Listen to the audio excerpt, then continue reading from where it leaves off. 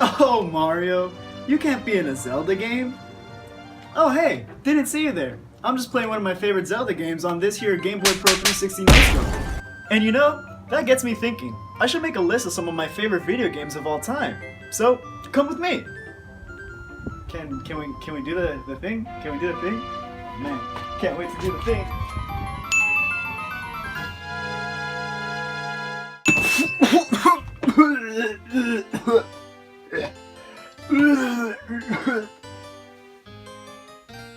Never again. My top 10 favorite video games of all time. But I know what you're thinking. Oh my god, another top 10 list! How original! Yeah. Now before we begin, I want to set some ground rules. The game can be from any generation, on any console, but it can only be one game per franchise. Man, I'm really limiting myself here. So, let's get on with the lists, cause yeah. Shovel Knight. Now, I've already talked about this game on the channel before, but that's just a testament to how good it is. Honestly, the best platformer I've ever played.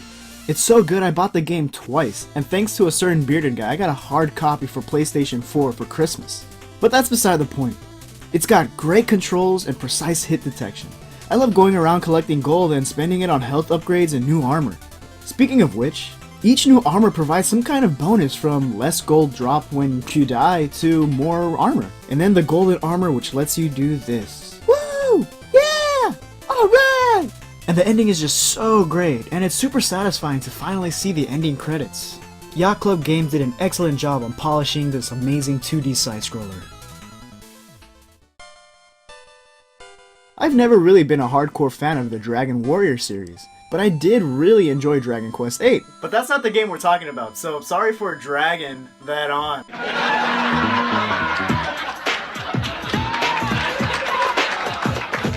Dragon Warrior Monsters 2 Kobe's Journey. Whew, well, that's a mouthful. I honestly think that's one of the largest video game titles I know. Second to Super Mario Brothers and the time they discovered Pastafari. I hope she made lots of spaghetti! It's close. It's close.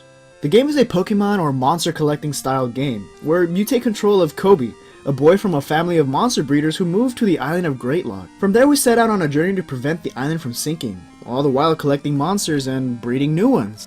Now you have to remember that this was a time just after the whole Pokemon craze, where not a lot of people were really into the whole monster collecting thing anymore. But to me, this was a whole new adventure. The whole atmosphere of the game is just really calming and easygoing. But what really makes the game stand out are all the classic Dragon Warrior enemies come back as collectible monsters. This game will always bring back memories of me sitting under the hot sun at the playground bench, just collecting monsters and adventuring away.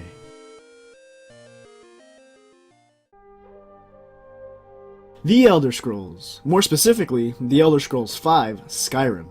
Skyrim is one of those games you keep coming back to time and again, and man, this game came out in 2011, and it looks pretty dang good. I mean, we've come a long way since then. For example, here's Fallout 4. Here's Skyrim.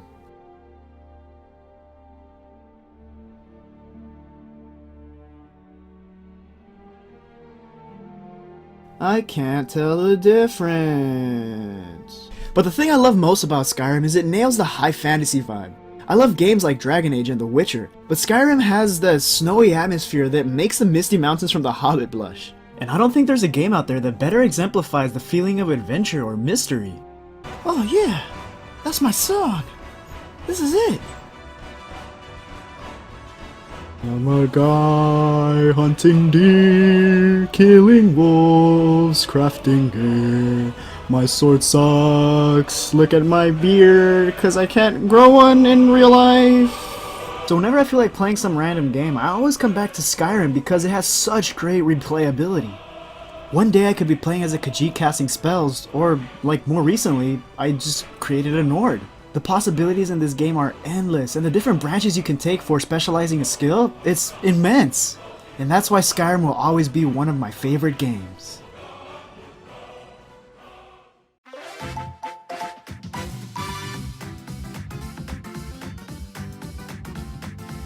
My history with the Super Mario franchise goes all the way back to my childhood.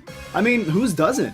Nintendo captured our hearts, our imagination, and our money in the early days of gaming. My first Mario game was Super Mario Bros. Deluxe for the Game Boy Color. I remember on our family trip to Yosemite, the entire 6-hour ride playing my lime green Game Boy Color, and then my dad said, "Alright son, turn it off or switch to Tetris." Switch to Tetris. Switch to Tetris. No. No. No. Tetris? Tetris? How lame! I just wanted to stomp Goombas and bash Koopa shells, not watch some blocks from space hook up with each other. You see, the Mario series had opened my imagination to a whole new playing field. Now gaming wasn't just about learning and typing. It was about the world these characters were exploring. Mario has gone through some crazy adventures, whether it's through some kingdom other than the mushroom, or his own dreams. Mario always comes through, and no other Mario game lets me have fun in a different world than Super Mario World. I mean, it's got world in the title. Yes, Super Mario World for the Super Nintendo! And it was back when I was running around in the paintings of Peach's castle that I discovered this game. I love everything about Super Mario World. The gameplay, the controls. I looked at this game and I was like, hey, it looks like my Super Mario Bros. Game, only Mario looks better. The colors are more vivid. What's that? A cape? What's that? A Yoshi? What's that? Princess Peach didn't get herself caught again? Oh wait, she did? Oh. All the more reason to go out and explore a new world. Up until this time, I had only played Super Mario Bros. And Super Mario 64. I was living in a time where the internet wasn't really widespread, so I didn't know more Mario games existed. When I finally sat down to play this game, my love for Nintendo grew. I feel like this game has shaped my thinking and what I expect in a platformer. This game takes me back to a simpler time when all I cared about was having fun. I'm a huge geek for the Final Fantasy series. Way back when, before I was born, Square Enix were the titans of the industry when it came to Japanese role-playing games. They were the ones who set the bar for storytelling. They did one of my favorite RPGs. But I can't use that because it's a Mario game, so... Honorable mention! Square Enix were good developers. What happened to you guys? What's going on here? Hurry up and jump on this. So to me, when it came to RPGs, Square Enix were rock stars of their time. Except I already said that. The first Final Fantasy game I ever played was Final Fantasy IX for the PlayStation 1, and ever since then I wanted to play them all. Up until then though, I had always watched my uncle play Final Fantasy 7 or 8, but when I had my chance to play a Final Fantasy, I went to 9. Fast forward a couple years later and Final Fantasy X had just come out. Now I deliberated over this choice for a couple hours. Which was my favorite Final Fantasy? Final Fantasy X or 12? I went back to play a couple hours of each game and I went with 10. But Final Fantasy 12 was a close second. And I also prefer Tidus as a character over Vaughn. To me, Tidus, or is it Titus, is more of a carefree, go-get-em character. Kinda like me. Oh, there's a cookie in that tree.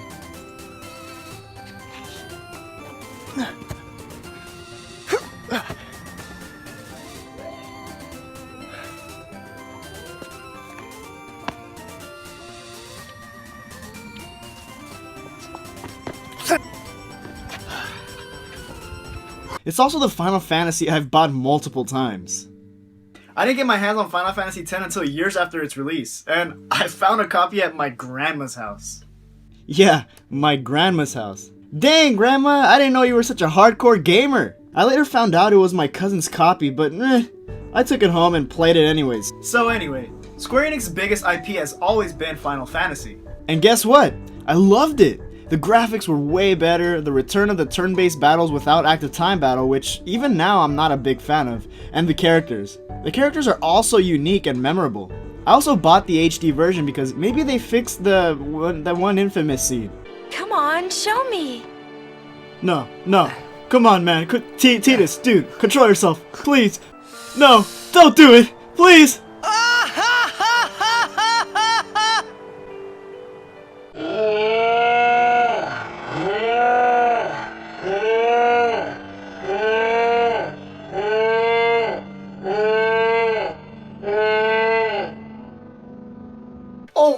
Oh god!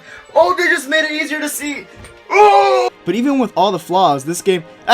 get that out of here! It has tons of charm. The world is really nice. I mean, considering it was just devastated by a giant whale monster, it's really serene and peaceful. The ability to explore new areas once you unlock the airship, and the way characters leveled up through the sphere grid, it actually gave the game a more laid-back approach. The collecting of all the characters' signature weapons, except the Ultima weapon is not Ultima weapon, it's Cabbage Ball or something, I don't know.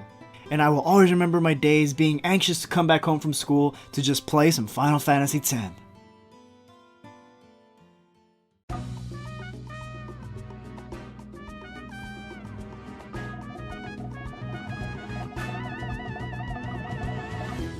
The games from the Donkey Kong series have always been some of my favorites to play, whether it's after a long day or I just want a carefree game to relax with. One thing that remains true throughout the series is the difficulty.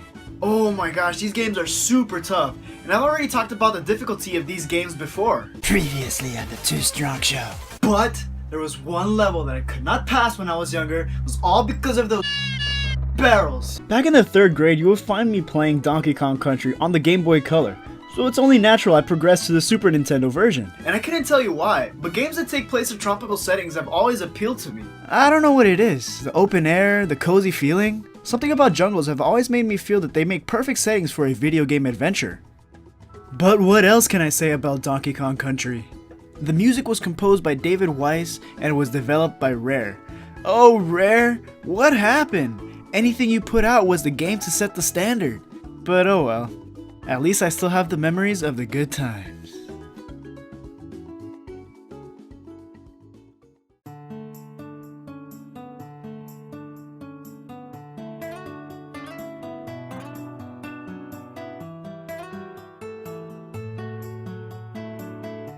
Developers level 5 in the days of the PS2 were geniuses. Games like Rogue Galaxy and Dragon Quest VIII only helped me to enjoy my PS2 more.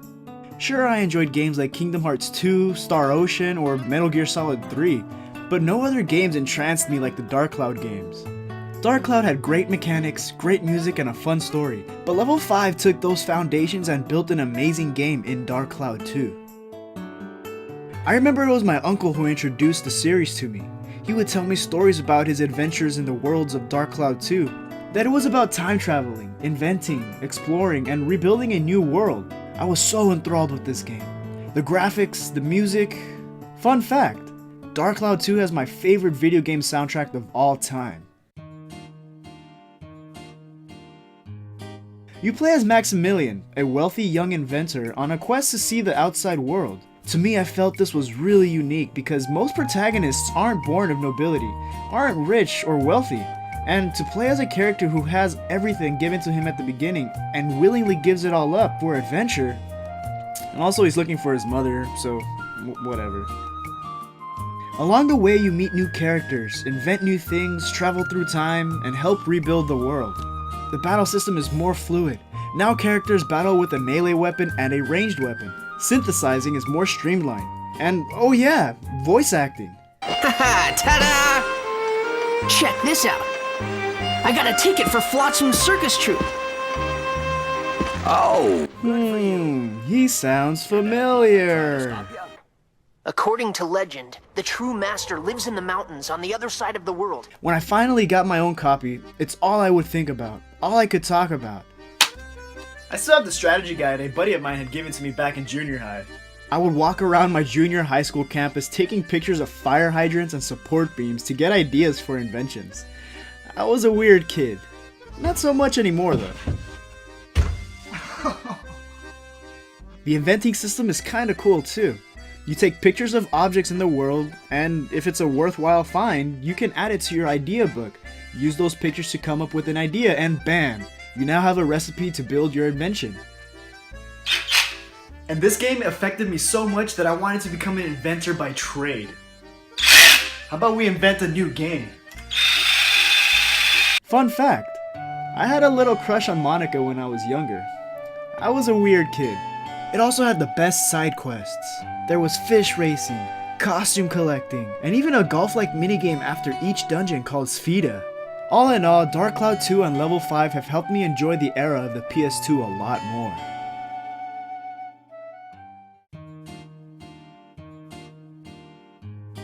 Whoops, looks like this project was too big for one video, so I'll have to split it into 2 parts. That either has you like, ooh, I can't wait for his top 3 games, or what the f***, a cliffhanger? So look forward to the next part, whenever I feel like uploading it. So until then, see ya later.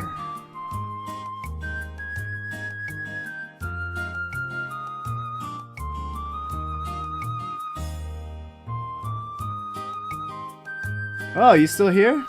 Why don't you click those links then, you dingus? I'm sure you'll only be mildly disappointed. I have no friends. So how was your day?